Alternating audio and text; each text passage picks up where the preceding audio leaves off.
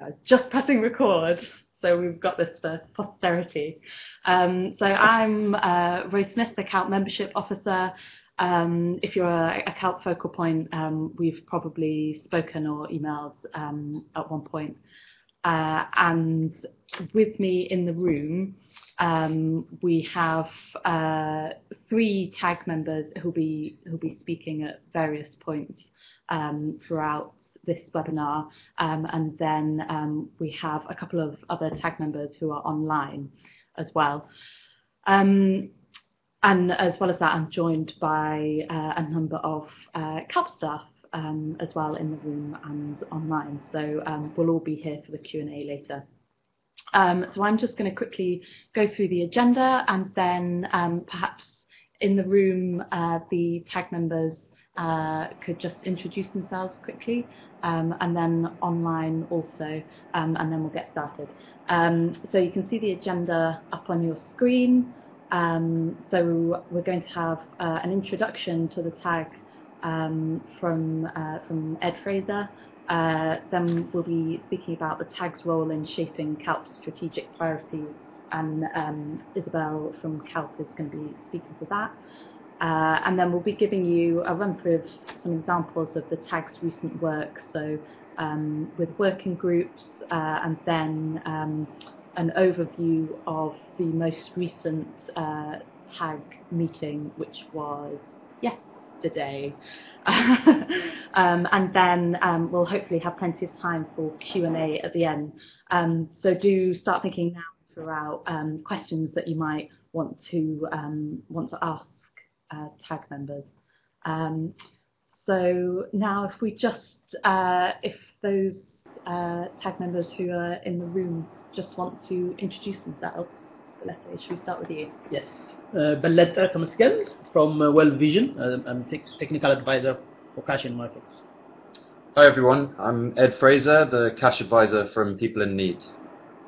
Hi, I'm Steven Sinigoki from ACF France, and I joined CaLP on June. Thank you. Taggy's in the room, CaLP's in the room. Do you want to just introduce yourselves really quickly as well? Sure. Sophie Tolstrup, CaLP's Policy Coordinator. Karen Peachy, CaLP's Interim Director. Stefan Moenbacher, CaLP Senior Technical Officer. Tegan Rogers, CaLP's Communications Manager. Isabel Penny, CaLP's Technical Coordinator. That's great, thanks. So we've got plenty in the room here for interacting in the Q&A later.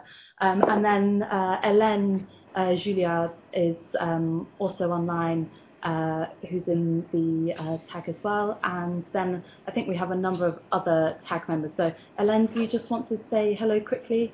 And then any others, I think Francesca and William are online as well. So as Rose mentioned, I'm Helen Julia. I'm the Director of CADE Consulting and one tag member.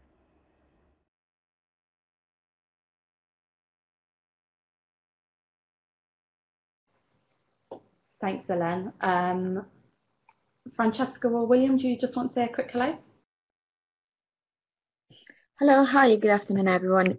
This is Francesca from Save the Children UK, Humanitarian Cash and Markets Advisor.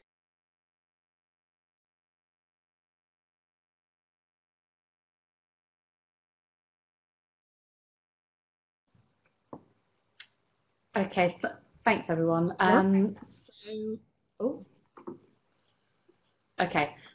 So we will get straight in then into the introduction to the tag from Ed Fraser. Great. So I've been asked to give a sort of brief introduction to the tag around the selection process, how that works. A little bit on my individual motivations to join, and then a brief word on the different ways of working that the tag has. So as it stands, I believe there are 23 individual members of the group. Largely, for the most part, they're the sort of cash and markets or equivalent focal points for the respective organizations. But there are some people who also have specialisms in other areas, such as social protection, or some that are perhaps more generalist emergency responders or advisors.